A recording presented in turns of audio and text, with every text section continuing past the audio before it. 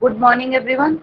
The topic of today's lecture is immune response to viral infection. That how our body mount the immune response against a particular viral infection.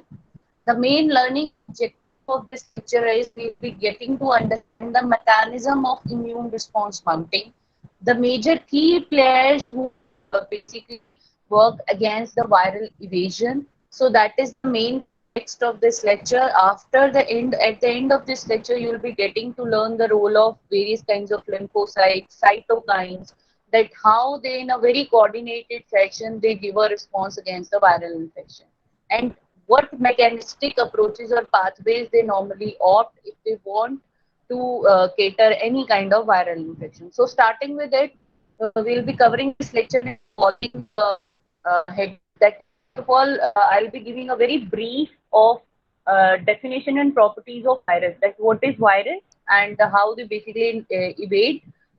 Then is viral replication. That how they will be going for the replication process. Then how our innate immune response is mounted against a viral infection. That is the first line of defense. Then comes the adaptive immune response, and then how the viruses can evade it.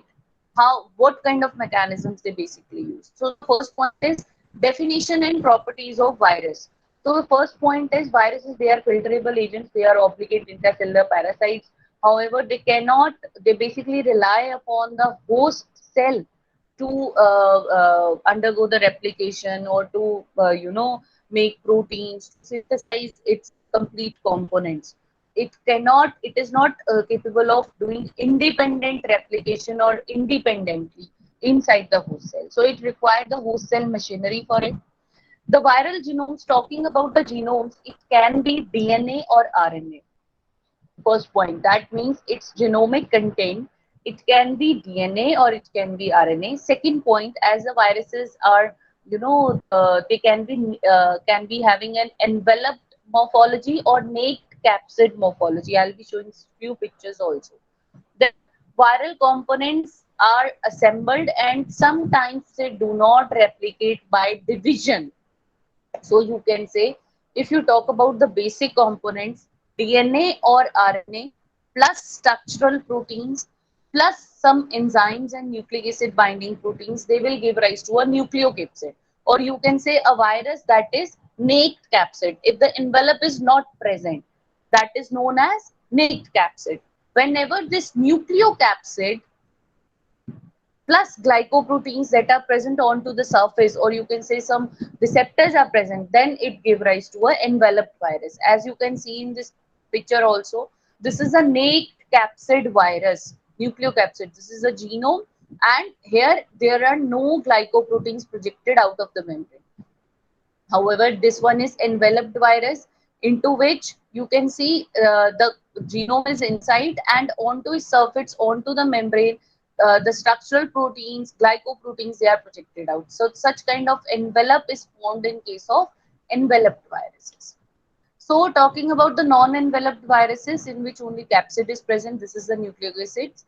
So examples are adenoviridae, papoviridae, parvoviridae, poxviridae, picoRNA, bioviridae. All of these are basically unique capsid. However, in case of enveloped virus,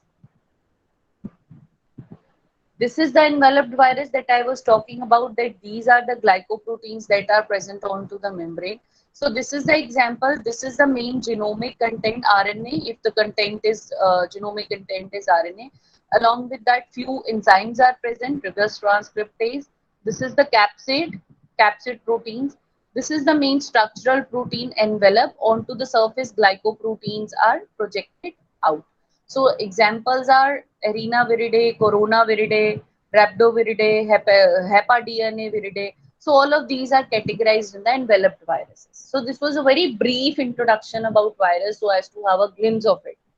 Next point is viral replication, that how these viruses they get replicated. This is a general scheme of the viral replication. As you can see, recognition part, first of all, the virus will be attaching onto the surface of bacteria or to the cell surface. It will attach, and it First thing is recognition, then with the help of antibody receptor antagonistic process, it will be attached to it. After this, it will be penetrating inside the cell.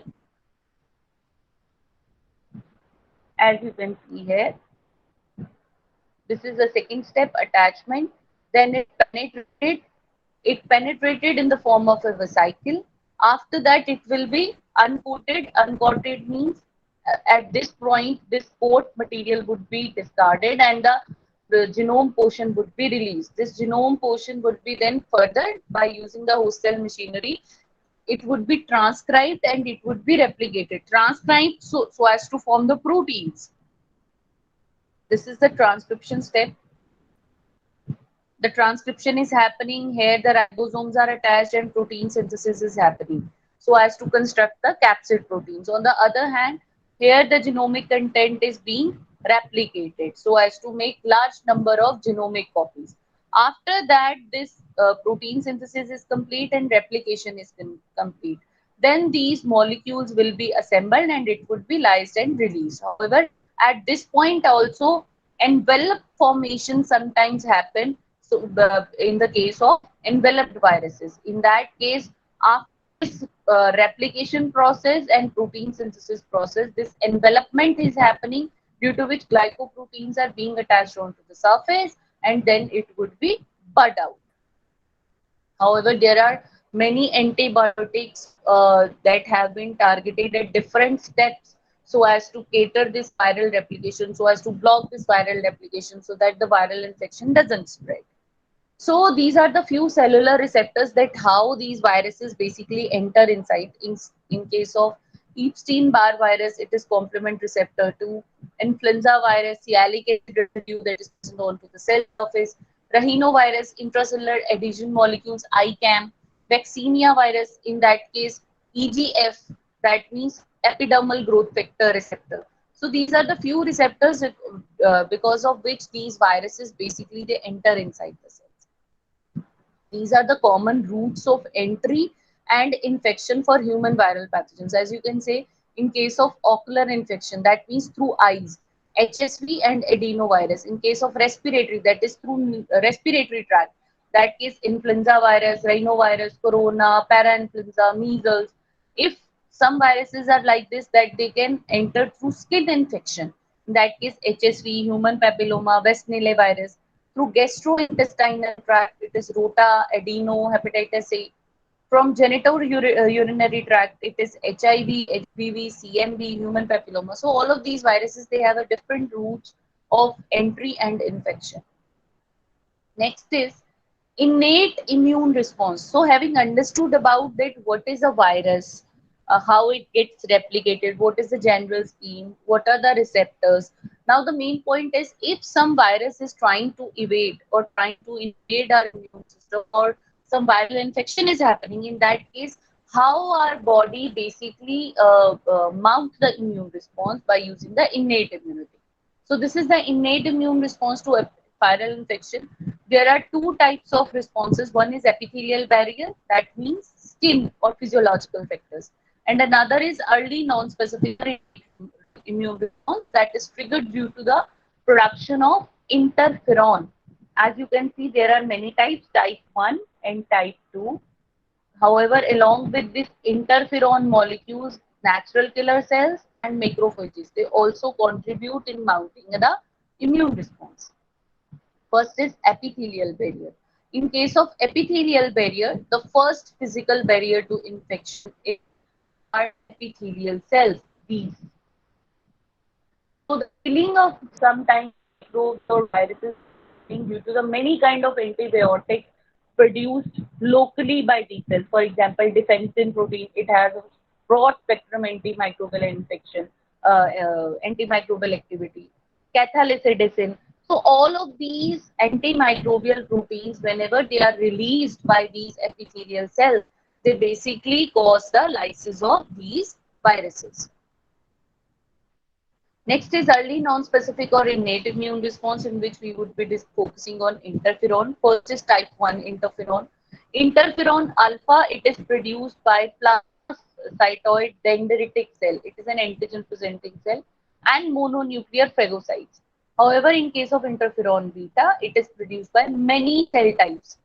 Its response or its production is not specific or confined to particular kind of cells. However, interferon, why we call it as interferon? Because these proteins which are released against viral infection, they basically interfere with the viral replication, viral infection.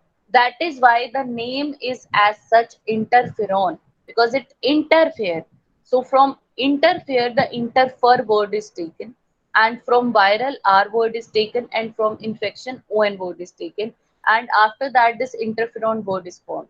Because a large number of different varieties of interferons are produced only in case of viral infection. This is basically plasmacytoid dendritic cell, due to which this interferon alpha is being produced. It produces high levels of type 1 interferon alpha, and they do not get infected themselves. As you can see, this is the infected cell. This is the viral nucleic acid. These are the big one proteins that are present in the cytoplasm. Along with that, this complete messenger RNA that has been formed, it will trigger the cytokine production, and this plasmacytoid dendritic cell, it will secrete interferon alpha and beta. How these type 1 interferons are basically inducing viruses. This is the first part, viruses. This is a viral infected cell, or it can directly enter inside the cell by using epithelial membrane. Second step is endosome formation has happened. One, it is penetrated. After that, either if the genome is RNA or DNA, it would be recognized by certain PRR, that is pattern recognition receptors, that are present. In case of double-stranded RNA, these are the receptors. And after that, if the envelope has been formed, the envelope would be released. It would be the genomic content would be released: double-stranded RNA, 5' phosphate RNA, double-stranded RNA, and these are the few proteins onto which these genomic contents are being attached to it. After that, these are the transcription factors that basically help in triggering the transcription and synthesis of proteins. Now, what is the biological action? Suppose this is a virus, virally infected cell. Whenever a particular cell is infected by a virus, it will produce interferon, type 1 interferon. So the first type 1 interferon is produced. These interferons will be attached onto the surface of uninfected cell, which is having the complementary receptor to the interferon alpha. Once it is bound, it will induce the expression of those enzymes and those proteins that will that can cater or that can block the viral infection. Suppose if a virus infected cell is further spreading infection to the neighbor cell, in that case neighboring cells is already prepared due to this interferon signaling, and an antiviral state is achieved. Because what happens is, how this signaling is basically introduced, that when this interferon is attached onto this receptor onto the healthy cell, on the one side it will activate PKR enzyme, and this will further activate the stranded DNA. Phosphorylation of translational factors will be happening, and protein synthesis, inhibition of viral protein synthesis will be happening. On the other hand, it will be further, by making the use of 2' to 5' oligosynthetase, it will attach these proteins over onto this double-stranded RNA. Oligo A would be formed. Because of that, activation of RNase enzymes would be happening, and viral RNA that has been entered inside the healthy cell, it would be degraded by the action of this enzyme. Another is the GTPase enzyme content would be increased in response to when this interferon is basically binding. Once it is increased, it will further activate polymerization. That means large number of these GTPase enzyme, they will be attached and they will be forming a multimer complex. And this multimer complex that has been formed, it will inhibit the viral gene expression by what? By blocking the virion assembly, and you have an antiviral state in your hand, and that healthy cell is not infected by the virus. Another is having understood about the response of interferons in the virus infection. Another important point is how natural killer cells are playing the part. Normally, natural killer cells, they express range of receptors. We have discussed this thing in our previous lectures also. Suppose this is the NK cells onto which these receptors, as you can see, they are present. This is the injured cell. This is the virus infected cell. So what is happening by attaching on to the, by recognizing these cells, the killing of injured cells and infected cells is happening by various pathways. Like it can be by secreting various enzymes like perforin or tren enzymes, or by using FAS or FASL mediated pathway. So, or by, you can say by mediating the CTL mediated cytotoxicity also. Next is macrophages. Now talking about macrophages, the phagocytosis of virus and virus infected cell is basically triggered by many kind of macrophages, and they ultimately lead to the killing of these virus infected cell, and in turn they also produce large number of antiviral molecules.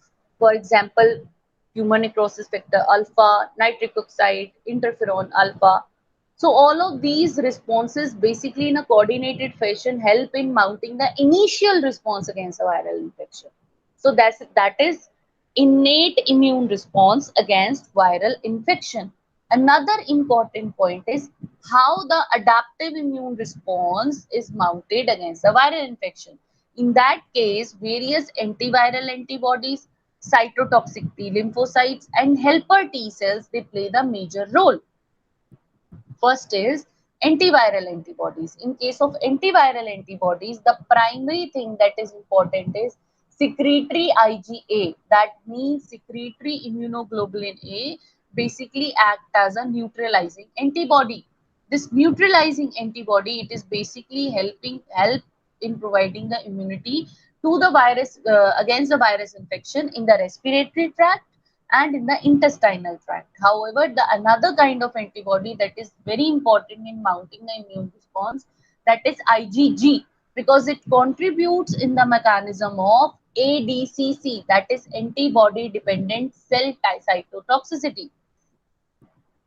So how these basically antibodies, they basically act, as you can see, this is the antibody coated cell. Suppose this is the infected cell, all of the antibodies would be attaching onto the surface antigen, and it would be coated. After it is coated, this antibody coated cell would be recognized by natural killer cell or other macrophages, and the killing of antibody coated cell is happening by the process of IgG. Now, effector mechanism, that how they basically help in mounting the adaptive, it can be proceeded by two main things. That is, either you block the binding to the cell or you block entry into the cell. That means if the virus is blocked from binding or attaching onto the cell, you can cater the infection. Or if the entry is prohibited, in that case, the response can be minimized. So what is happening in this case? Suppose this is the infected cell. Once what is happening, this virus is basically attaching here, then it is being entering. At this point, if neutralizing antibody, if it bind to the surface antigens present onto this virus, it would be further blocked to attached. Or you can use certain complement proteins or other kind of antibodies so as to trigger the infection, so as to trigger this section. Next is activate membrane attack complex lysis. In case of membrane attack MAC complex formation, the complement proteins major play the role so as to trigger the opsonization process. As you can see here, these antibody that has been attached onto the surface proteins, they are recognized by complement proteins, and the membrane attack complex has been formed. Third is antibody bound to infected cell. If to the infected cells, the antibodies are already attached, in that case, natural killer cell will be recognizing those antibody coated cell with the Fc receptor, and it will be triggering the ADCC mechanism. Next is, having understood about antiviral antibodies and the major role of IgG and IgA, The next important point is cytotoxic T lymphocytes. Cytotoxic T lymphocytes, they basically recognize the viral antigen or viral peptides presented by MHC molecules, and they trigger the killing. As you can see, this is the CD8 positive CTL, this is the infected cell, and this is the viral peptide presented by MHC molecule. Once it is recognized, the infected cell is killed due to the action of cytotoxic T lymphocytes by using two mechanisms, in which the first mechanism is perforin and granzyme mediated killing. As you can see, this is the target cell, this is the cytotoxic T lymphocytes. First of all, it is recognizing this viral peptide. As you can see, if you enlarge this version, that how after recognizing it will secrete certain perforins and granzymes. So this thing is enlarged over here. This CTL will release granule contents into the immune synapse, this binding site. And this granzymes and perforins, perforins will making a pore. As you can see, this is a pore due to which these granzymes are entering. Once it is entered, it is basically bringing about the apoptosis of target cell. Next is FAS and FAS-L mediated killing. That means cytotoxic T lymphocyte can either take this pathway or it can take this pathway. In case of FAS and FAS-L mediated cell killing, the certain receptors or ligands are present onto the surface of cytotoxic T lymphocytes. So it would be recognizing this cytotoxic, it would be recognizing these viral proteins by these FAS-L ligand, and this FAS-L will further interact onto the FAS receptor present onto the target cell, and apoptosis of target cell is happening. Now, effective mechanism by which this adaptive immune response can be combated by virus, by combating the virus replication. As you can see, this is the CD8 positive cell. It is recognizing these viral peptides that are presented by the infected cell. It will release interferon gamma. Once this interferon gamma is released, what is happening? Interferon gamma, along with that further other cytokines like interferon alpha and interferon gamma are further triggering the ROS mediated pathway also, so as to close or block the viral replication. Last type of cell is helper T cell. Helper T cell, they are CD4 positive T cells, and they contains the certain receptor IL-2, that is interleukin 2 receptor. This CD4 positive T cell further produce certain chemokines also, so as to attract the cytotoxic T lymphocyte to the site of infection. Along with that, it also secretes certain specific cytokines so as to signal the other immune cells to reach to the site of infection, like interferon gamma and tumor necrosis alpha. So this is the pathway of it, that how it is recognizing. This is the virus infected cell. This is the CD4 positive T cell.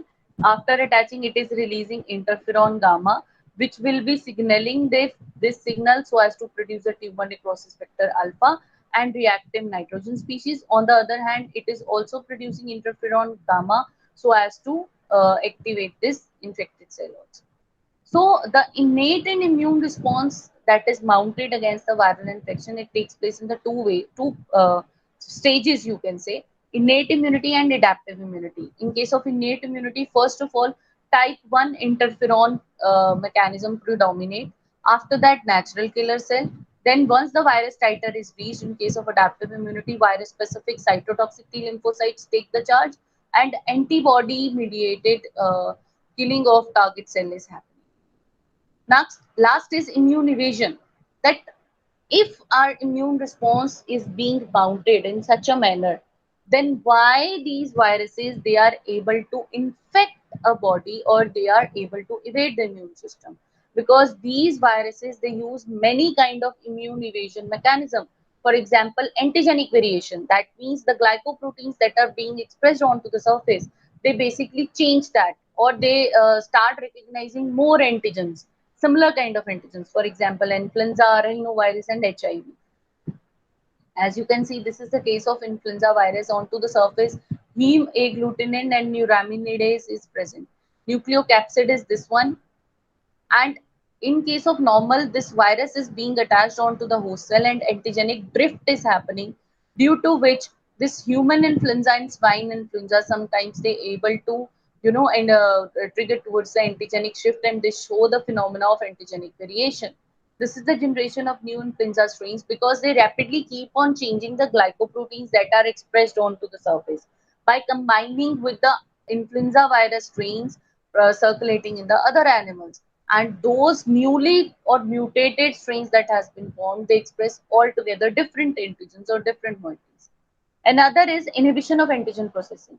That means once the antigen is recognized, how the antigen is being processed and presented by MHC molecules, we can block, or viruses basically block certain steps so that the immune response is not mounted, and they can be protected from the immune attack. So this thing can be done by blockage of TAP transporter, due to which the virus proteins are basically entering inside the endoplasmic reticulum, or removal of class 1 molecule, because all of these virus proteins, they are basic virus peptides, they are presented onto the surface of cell with the help of MHC class 1 molecule, and these MHC class 1 molecules, they are assembled and processed in the endoplasmic reticulum. If we remove all those MHC class 1 molecule, the viral protein presentation onto the surface would be blocked, and our immune cells won't be able to recognize it. So this mechanism is being used by certain viruses like herpes simplex virus and cytomegalovirus.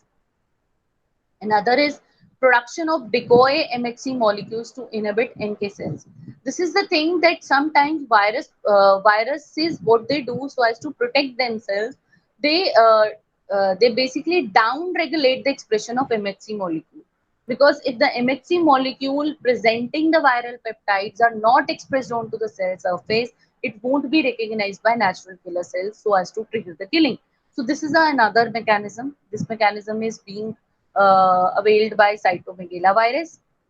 As you can see, inhibition of proteasomal activity, that either this cytosolic protein is not shredded or degraded into the viral peptide. Another is, if this process has been done and these viral peptides shall not enter inside the endoplasmic reticulum by TAP transporter. So we can block the TAP transporter. This mechanism is being used by HSV. Then another is block in MHC synthesis. That class 1 MHC molecule synthesis is blocked or reduced. This mechanism is being operated by human cytomegalovirus. Another is, if this is there, in that case, we can remove the class 1 molecules from the endoplasmic reticulum so that viral peptides can't be presented. So this thing is operated by cytomegalovirus. Another is engagement of NK cell inhibitory receptor by decoy viral class 1 molecules. So in that case, the down regulation or down expression or falsification of the MHC molecules can further block the recognition. Last is production of cytokine receptor homologs, that happens in case of vaccinia virus and cytomegalovirus. Another is production of immunosuppressive cytokines. This thing is being operated in case of Epstein-Barr virus. Then is infection and death or functional impairment of immune cells, that the immune cells are basically being attacked by the virus proteins. Because of that, the immune response, mounted immune response, would be greatly reduced. That happens in the case of HIV. Then certain complement protein activation is blocked so that the membrane attack complex can't be formed. So this thing is done by certain viruses like HIV, vaccinia, human cytomegalovirus, in which recruitment of factor H onto the CD59 present onto the viral envelope is basically triggering this process. Next is, if in case certain viruses, they basically block the innate immunity. They basically block the access to RIG1 proteins that are present inside the cytoplasm. This thing is being operated by vaccinia or HIV, or it sometimes some viruses also inhibit the PKR signaling by interferon receptor. HIV, HCV, HSV, polio basically carry out this very mechanism. So in nutshell, we can say innate immune mechanisms, they restrict the early stages of infection. Suppose the viral infection is happening, in that case, the preliminary infection is basically catered by innate immune response so as to delay or block the spread of virus, either by interferon, natural killer cells, and macrophages. Then, if the viral infection proceeds, in that case, our adaptive response, specific immune response is mounted by the production of antiviral antibodies like IgG, IgA, so as to control the viral spread and reinfection. Second thing is by cytotoxic T cell mediated pathway, that is CD8 positive CTL. They basically bring about the killing of virus infected cell. And then last is CD4 positive T cells that have a major effector cell population. So viruses have, however, they have evolved many strategies to evade this immune system: virus latency, antigenic variation. Most effective mechanisms are there. However, certain DNA-based viruses, they are able to control the expression of MHC molecules so as to provide them the protection against the certain kind of immune response that has been mounted against them.